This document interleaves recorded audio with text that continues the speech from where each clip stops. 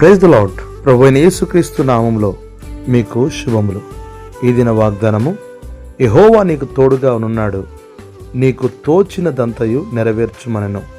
2 సమూయేలు 7వ అధ్యాయం 3వ వచనం. మనలో ఎవరికైనా లోకములో ఒక ఉన్నతమైన ఉద్యోగం వస్తే ఏం చేస్తాము? వెంటనే మనకు కావలసినవన్నీ కొనుక్కొని సుఖముగా ఉండాలని ఇష్టపడుతూ ఉంటాం. కానీ ఇచ్చిన దేవుని మర్చిపోతాం.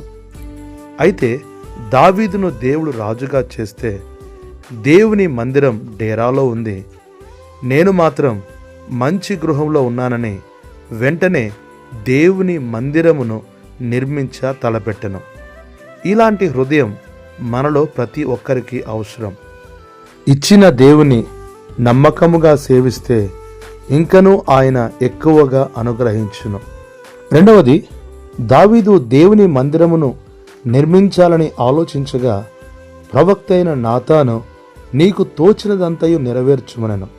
కానీ గమనించవలసిన విషయము, మనుషుని చిత్తం దేవుని చిత్తం ఎప్పటికీ కాదు. ఆలోచన దావీదుదైనా దేవుడు తన కుమారుడైన సొలొమోనుతో ఈ కార్యమును ముగించెను.